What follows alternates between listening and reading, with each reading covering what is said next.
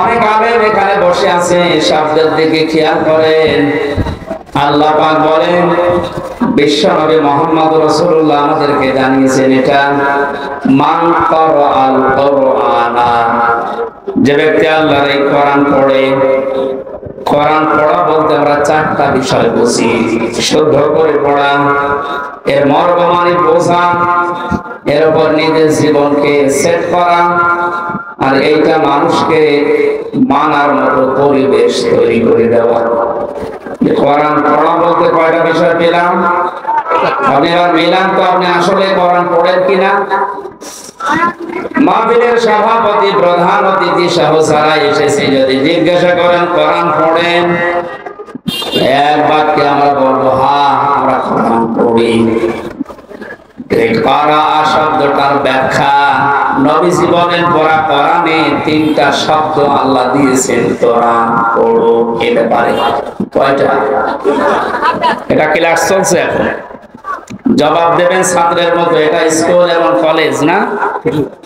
এখানে যারা আছে অন্তত শিক্ষিত মানুষগুলো ছাত্রের মতো জবাব দেবে। তারা রাতালা তালাওয়া, তিনটা শব্দ আছে কোরআন পড়ার ব্যাপারে। তিনটার ব্যাখ্যা হচ্ছে, কেউ যদি কোনো বিষয় পড়তে চায় সে যেন শুদ্ধ করে পড়ে। কি করে? অশুদ্ধ পড়লে অর্থ পাল্টিয়ে যাবে। এখানে অনেক মানুষ এমন বসে আছে, নামাজে দাঁড়ালে পড়ে ইযা জাআ নাসরুল্লাহি ওয়াল ফাত, হয়েছে?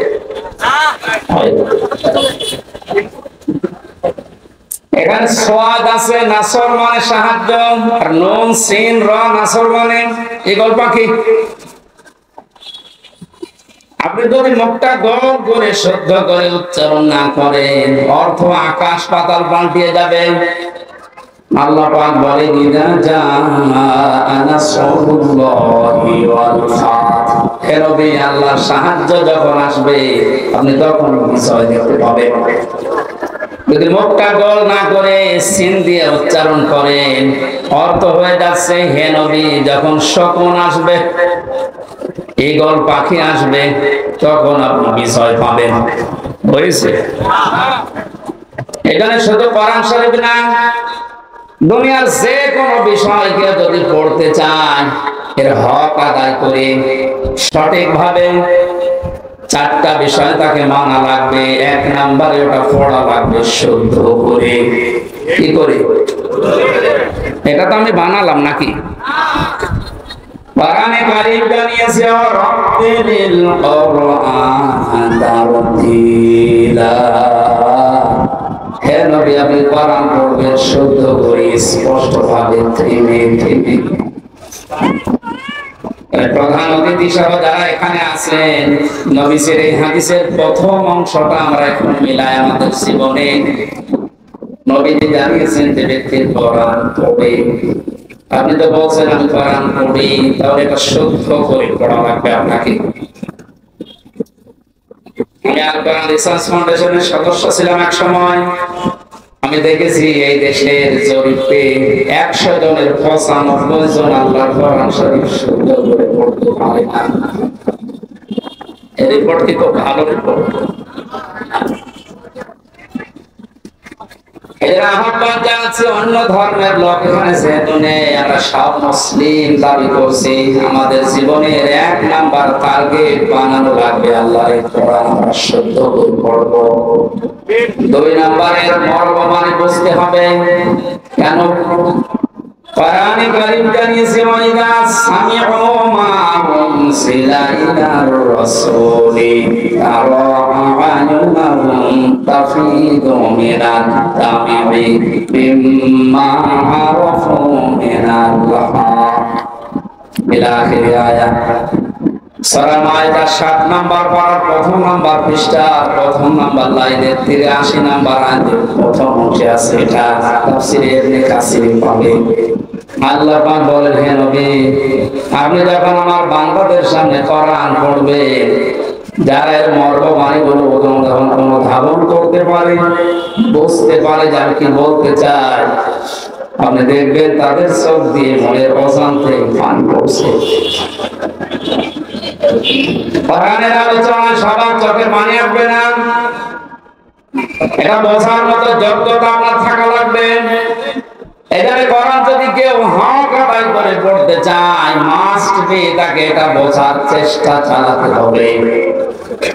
চারবার আল্লাহ এই ঘোষণা আমাদেরকে কোরআনে শোনাচ্ছেন, ওয়ালাকাদ ইয়াসসারনাল কুরআনা লিযিকরি ফাহাল মিন মুদ্দাকির। অবশ্যই আমার কোরআনকে আমি বোঝার জন্য, পড়ার জন্য, এটা মানার জন্য সহজ করে দিয়েছি। কেউ কি আসো এখান থেকে শিক্ষা নেওয়ার জন্য? বগুড়াবাসী, আমরা আজকে থেকে আল্লাহর এই আফসোস আর থাকতে দেব না। যতদিন জীবন আছে কোরআন বুঝে মরার চেষ্টা করব ইনশাআল্লাহ। আর কি মারা ক্লাস চলছে নাকি? এক ছাত্র এসে স্যারের কাছে বলছে, স্যার ছুটি দেন না আমি গেলাম।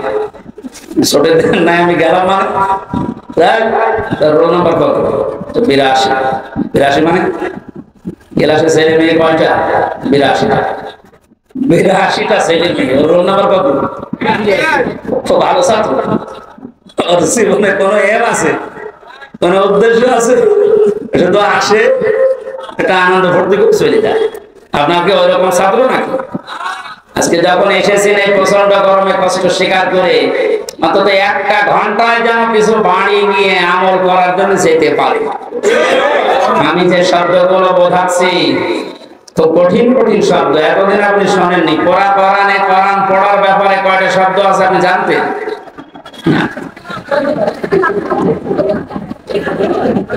কোরআন যদি কেউ বলে আমি কোরআন পড়ি, তার শর্ত মানা লাগবে কয়টা?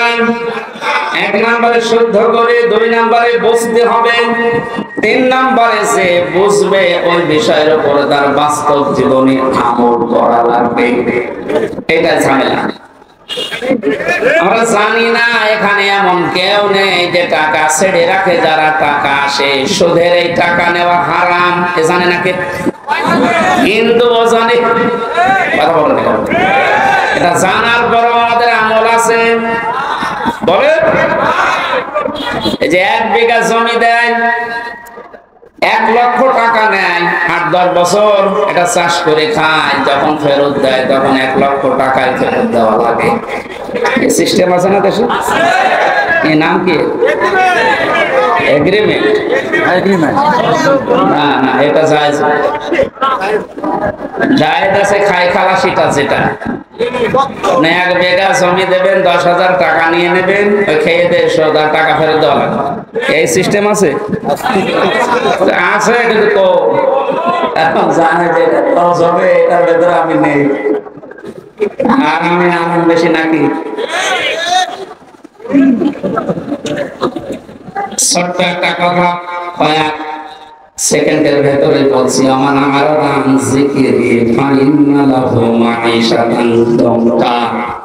কোরআনে কারিমের সূরা তাহা 124 নম্বর আয়াতের প্রথম অংশে আছে, আল্লাহ পাক বলেন, আমার নিয়ম নীতি বাদ দিয়ে, আমার কোরআনের বিধান বাদ দিয়ে যদি কেউ উপায় করে, টাকা পয়সা আসবে, চর্ম চোখে দেখবে, বহু কিছুর মালিক হচ্ছে, কিন্তু জীবনের আয় উন্নতিতে আমি কোনো বরকত রাখবো না।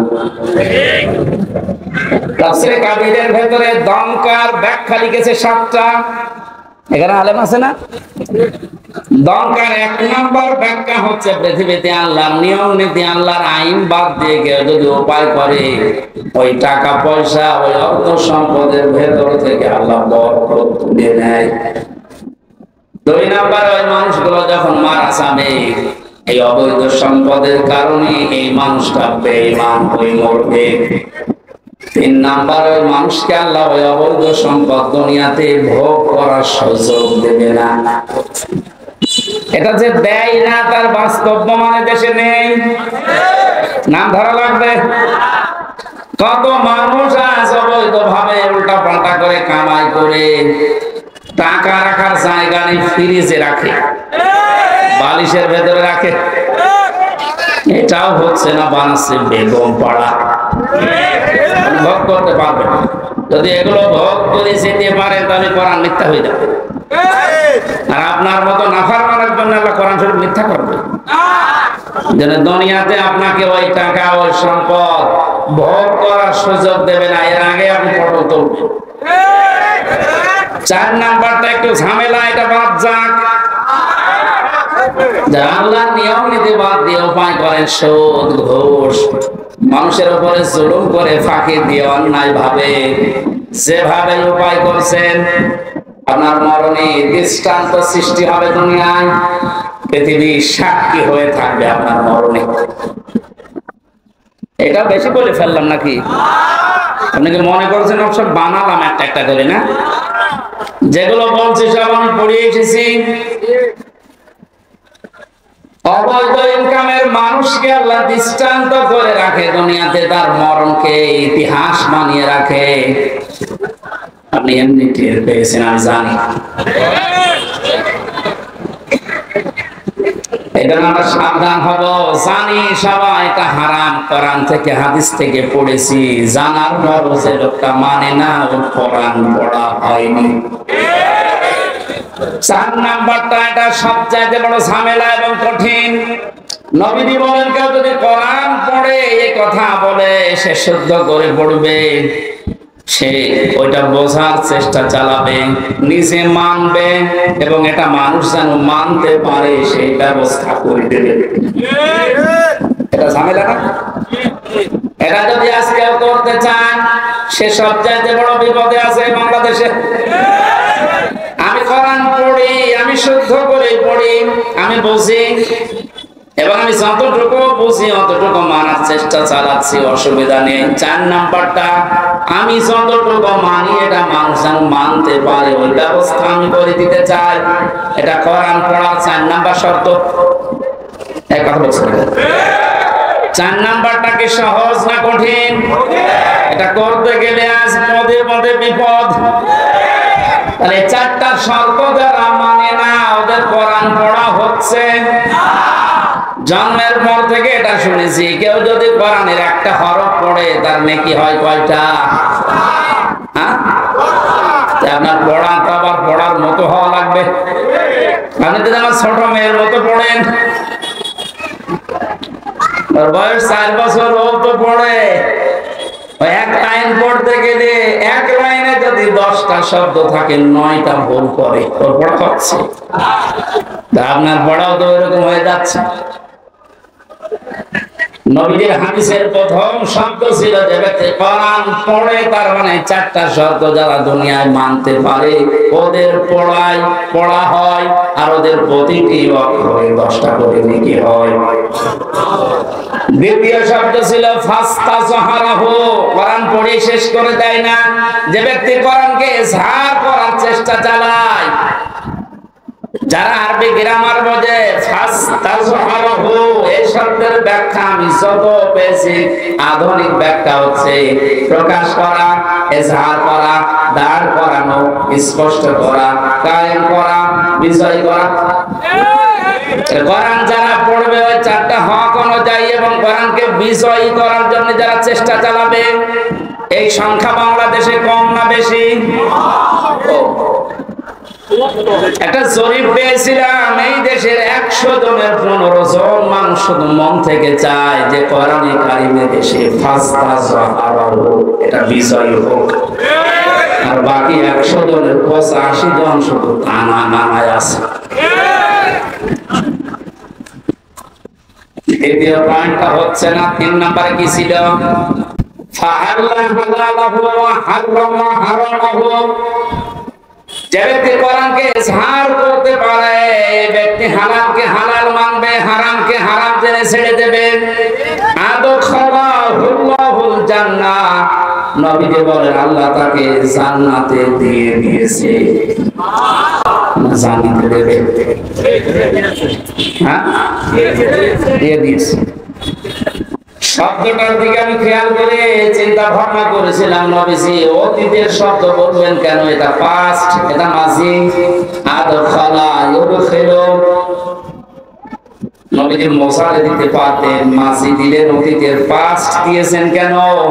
তার মানে পরিবার, সমাজ এবং রাষ্ট্রে যদি কোরআন বিজয় থাকে, ওখানে হালালকে হালাল মানা আর হারামকে হারাম জেনে ছেড়ে দেয়। সহজ। যে সমাজে, যে দেশে কোরআন বিজয় নেই, ওখানে হালালকে হালাল জানার পর আপনি মানতে পারবেন না। হারামকে হারাম জানার পর আপনি ছেড়ে দিতে পারবেন না। নাকি জায়গাগুলো দেশে নেই?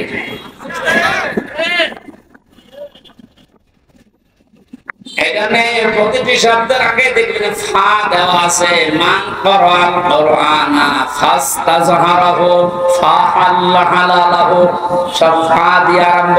ফায়ের ব্যাখ্যা আছে। ফা শব্দটা আরবি গ্রামারে 19টা অর্থে ব্যবহার হয়। এখানে যে ফা দিয়ে নবী যে বাক্যগুলো আরম্ভ করছেন, প্রতিটির পেছনে লুকিয়ে আছে। আগেরটা যদি মানতে পারো, পরের ফল দেখতে পাবে। আপনি কোরআন পড়ছেন কি করে আপনি নিজে এবার টের পান? 4টা শর্ত মিলছে না। কোরআনকে জাহার করার জন্য, বিজয় করার জন্য আপনার কোন কার্যকারী ভূমিকা নেই। তাহলে হালালকে আপনি হালাল জেনে মানবেন কি করে? হারামকে হারাম জানার পরে ছেড়ে দেবেন কি করে? আদখালাহুল্লাহু জান্নাতুল পরে, এরপরে সবচেয়ে বেশি ওয়াশাফাহু ফি আশারাতিন মিন আহলি বাইতিহি কুল্লুহুম ক্বাদ ওয়াজাবাতুন নার। বিশ্বনবী বলে, সত্যি যদি আল্লাহ রাব্বুল আলামিনের হারামকে হারাম জানার পরে তুমি ছেড়ে দিতে পারো, হালালকে হালাল জেনে আঁকড়িয়ে ধরতে পারো, আল্লাহ তোমাকে শুধু জান্নাতে দেবে না, তোমার সুপারিশে পরিবারের 10 জন মানুষকে জান্নাতে দিয়ে দেবে। যাদের উপরে জাহান্নাম অবধারিত হয়ে গিয়েছিল, যে কোরআন শুনতে এসেছে, আপনি বুঝলেন এর মর্যাদা কোথায়? আল্লাহ পাকে হাদিসটা আমাদের প্র্যাকটিক্যাল লাইফে সেট করার তৌফিক দান করেন। আমিন। দরুদ আর সালাম পড়ছে আমাদের নবী মুহাম্মদ রাসূলুল্লাহ সাল্লাল্লাহু আলাইহি ওয়াসাল্লামের প্রতি। মহান আল্লাহ তার যে সমস্ত নাম আছে, এই নামগুলো দুনিয়াতে কয়েকটা নবীর নামের শেষে দিয়েছে। তার ভেতরে আমাদের নবীকে আল্লাহ দিয়েছেন রাউফুর রহিম, খুলুকুন আযীম।